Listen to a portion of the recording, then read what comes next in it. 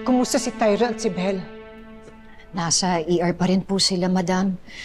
Nahihirapan nga ako na nakikita yung mga anak ko na nasa ganung sitwasyon.